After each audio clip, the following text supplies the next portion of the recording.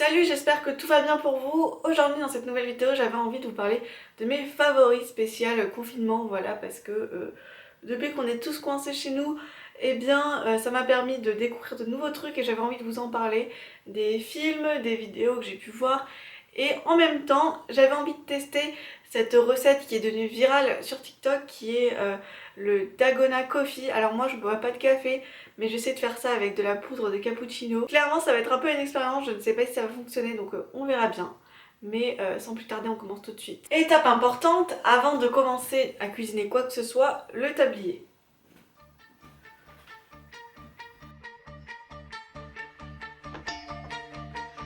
Donc c'est parti. Donc on va commencer peut-être par faire la boisson. Donc il faudrait 2 cuillères de café en poudre. Voilà, donc moi c'est ça. Clairement, je ne suis pas tout sûre que ça va fonctionner. La recette est assez simple. Après 2 cuillères de sucre. Moi clairement je vais en mettre une parce que j'ai un peu peur que ça soit un peu trop sucré. Hop. Et ensuite 2 cuillères à soupe d'eau. Donc apparemment on peut mettre de l'eau chaude, de l'eau froide, ça change rien à notre histoire. 1 et 2. Et donc là vient la partie la plus intéressante slash chiante. Il va falloir mélanger tout ça et apparemment ça prend un certain temps. C'est pour ça que je vais commencer par vous parler de la première catégorie qui est la catégorie film. En tout premier lieu, j'ai eu l'occasion de découvrir le film Parasite. Donc c'est le film sud-coréen qui a remporté toutes les récompenses aux Oscars cette année. Pour l'histoire en fait on va suivre 2 familles coréennes. La première c'est une famille qui vit de manière très pauvre, très modeste, qui est au chômage et qui peine à trouver de l'argent pour survivre tous les mois. Cette famille va décider de monter un peu le coup du siècle et d'arnaquer une famille bourgeoise en devenant les nouveaux domestiques de cette famille, donc que ce soit le chauffeur, l'éducateur pour les enfants ou encore la cuisinière. Donc sur ce fond de comédie où on les voit arnaquer peu à peu cette famille, ça va peu à peu laisser place à une part de thriller parce que un jour où la famille part en vacances et laisse la maison donc à l'autre famille qui est toute contente de pouvoir profiter des lieux et de pouvoir profiter voilà, de leur plan qui marche à merveille, il va se passer quelque chose qui va carrément transformer le ton du film en thriller. Donc c'est vraiment je dirais un film assez inédit parce qu'on mêle un peu tous les genres à la fois. Thriller, comédie, horreur à la fin.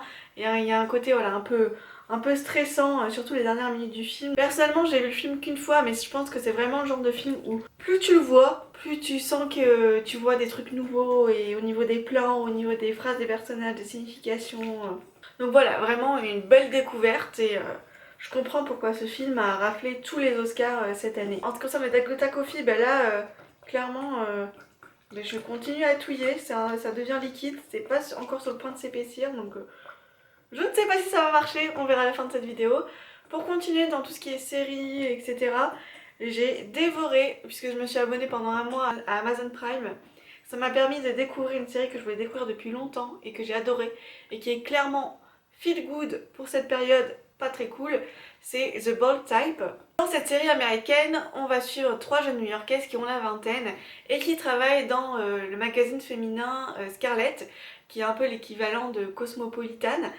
Et on va suivre vraiment toutes leurs péripéties et c'est une série que vraiment j'adore, qui est vraiment hyper réconfortante comme je vous disais pour cette période de l'année, hyper positive, sororité à fond, body positive et à chaque fois ça aborde des termes hyper intéressants sur la liberté féminine, la liberté sexuelle, voilà la liberté des jeunes femmes qui ont la vingtaine aujourd'hui et ça aborde plein de sujets intéressants que ce soit la beauté, la sexualité, le rapport avec les réseaux sociaux, le rapport avec son corps, les relations amoureuses aujourd'hui, enfin vraiment j'adore cette série, c'est vraiment, je me suis vraiment attachée aux 3 héroïnes et j'aime trop, il y a une BO je trouve de dingue dans cette série, hyper aussi girl power et voilà, j'adore cette série, il y a 4 saisons, moi j'ai vu les 3 saisons qui étaient disponibles sur Amazon Prime, mais je pense m'attaquer bientôt à la 4e saison. Je ne peux que vous conseiller, je m'attendais... En fait c'est un peu Le Diable s'habille en Prada, mais version feel good et avec beaucoup plus de bons sentiments. Ce que j'aime dans cette série, c'est qu'il n'y a pas du tout de rivalité entre les 3 copines, même si voilà, il y a des différends, etc. On est vraiment sororité à fond et genre tout le monde se soutient. Enfin, certes, il y a peut-être un côté un peu utopique, mais que je trouve hyper motivant et je pense que c'est le genre de série que je trouve importante en ce moment. Et enfin, le dernier truc dont je voulais vous parler, qui n'est pas une série télé ni un film, c'est plus une télé-réalité qui est sortie tout récemment sur Netflix, The Circle. Alors moi, je suis pas du tout ce qui est télé-réalité, tout ce qui est émission à la télé, je regarde juste Pékin Express, mais voilà, c'est pas pour moi de la télé-réalité comme Les Anges ou Moundir, etc. Donc moi, je regarde pas ça, c'est pas trop ma tasse de thé. Et là, je me suis laissée un peu tenter parce que j'ai entendu plein d'avis positifs sur cette série et je trouve que c'est assez intéressant parce que c'est une série en fait où on a plein de personnes différentes, en majorité des jeunes, qui au travers d'un profil faux ou vrai décident d'entrer dans The Circle et le but c'est d'être le plus populaire.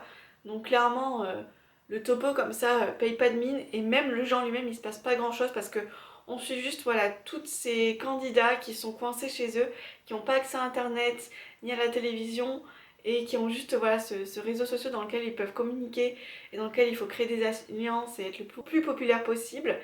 Eh bien il se passe pas grand chose. Il y a un côté hyper addictif, je peux pas vous expliquer pourquoi.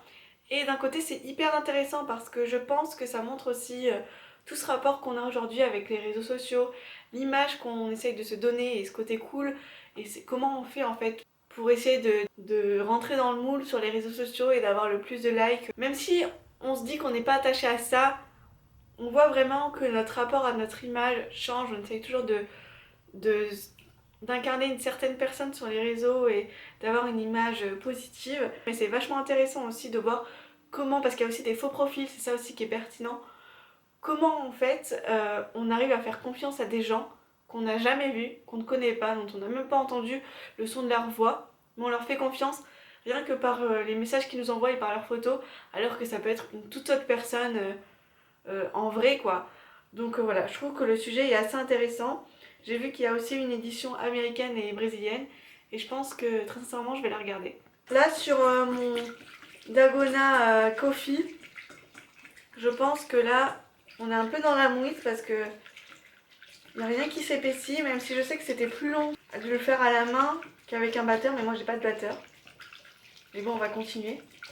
Je vais vous montrer un peu le rendu. Genre, voilà ce que ça donne.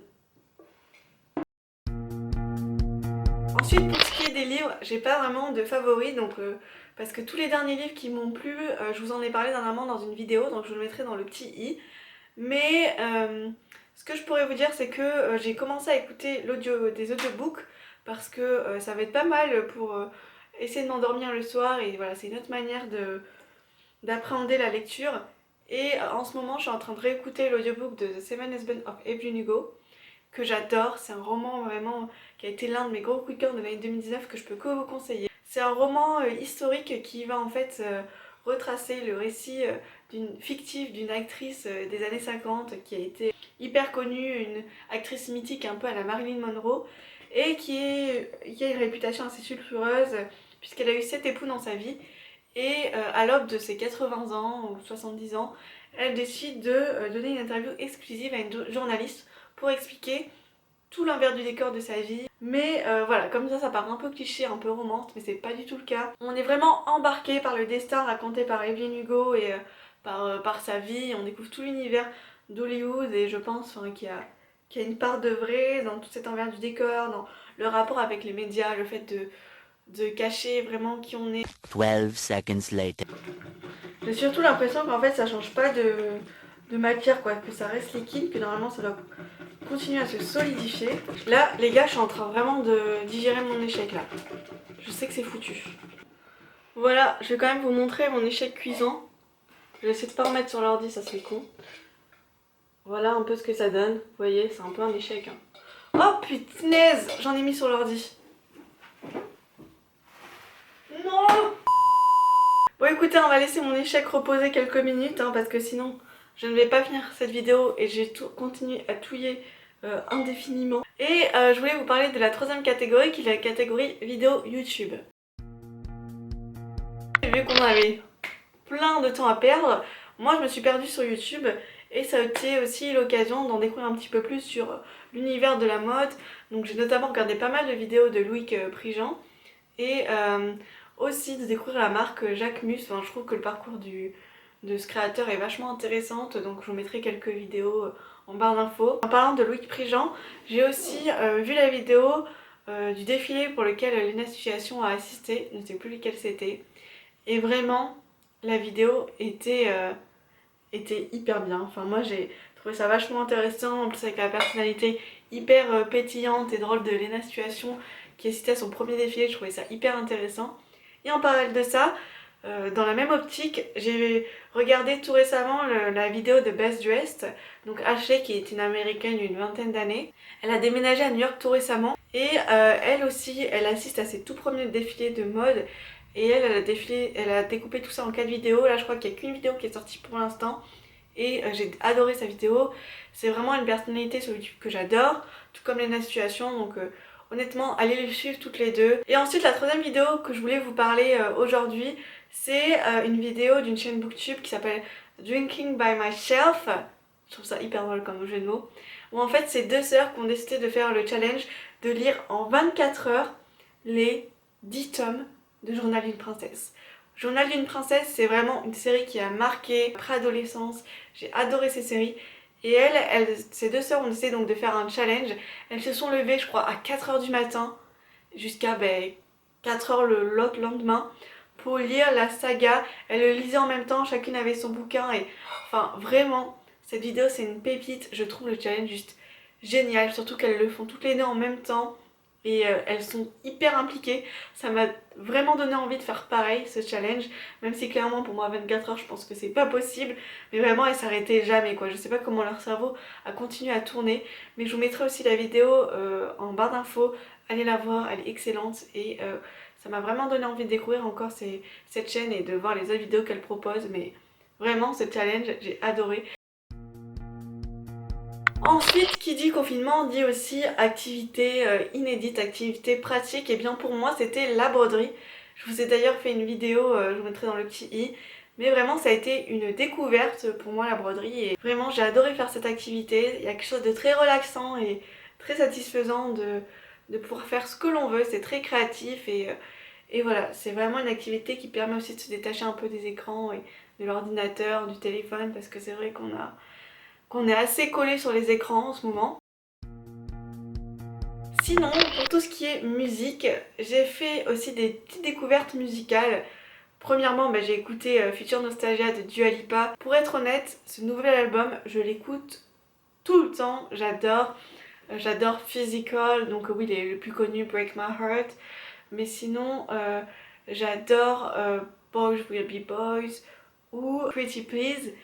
C'est deux chansons aussi que j'aime beaucoup, donc vraiment je vous conseille, c'est très pop, très catchy, hein, vraiment avec une vibe un peu des années 80, bon c'est redevenu à la mode en ce moment, mais là je trouve que c'est bien fait, et clairement c'est un bon album pour l'été.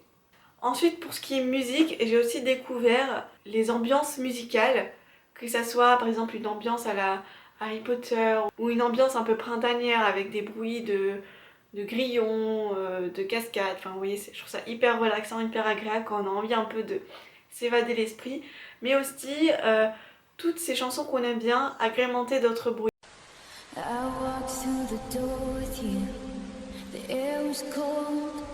C'est vraiment quelque chose d'assez relaxant, qui permet aussi de s'évader et une nouvelle manière en fait d'écouter la musique. C'est un peu un sorte d'ASMR musical. Et sinon, pour écouter la musique différemment, je vous invite à faire une petite expérience auditive. Vous tapez une chanson que vous aimez bien, suivie de la mention 8D. Vous mettez vos écouteurs et vous écoutez.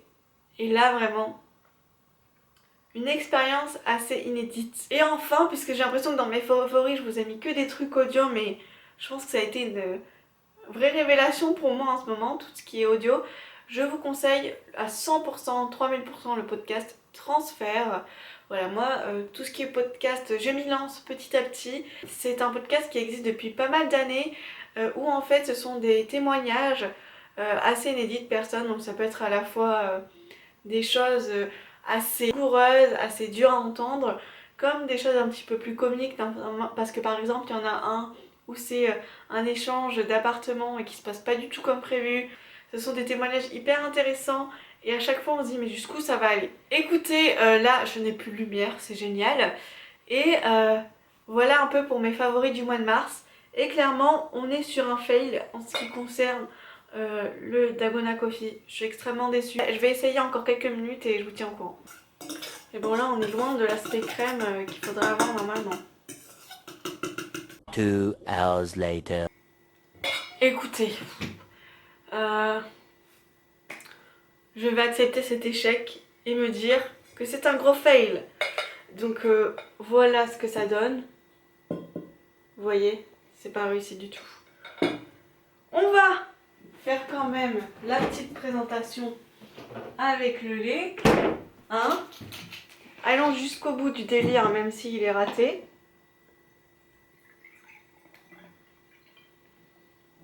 Et nous allons mettre la préparation. Ah bah ouais, bien sûr. Oui, bah non. En effet, ça n'a pas du tout l'effet escompté. C'est avec un grand honneur que je vous présente mon Dalgona Café. Complètement raté. Voilà. Ok. Nous allons passer à la dégustation. Alors moi, le lait froid en plus, c'est pas ce que je préfère. Comme je n'ai pas de paille, on va y aller comme ça.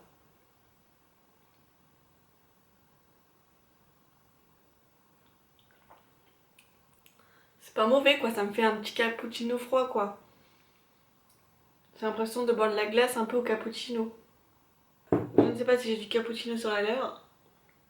En vrai avec mon rouge à lèvres ça se verrait pas, je pense.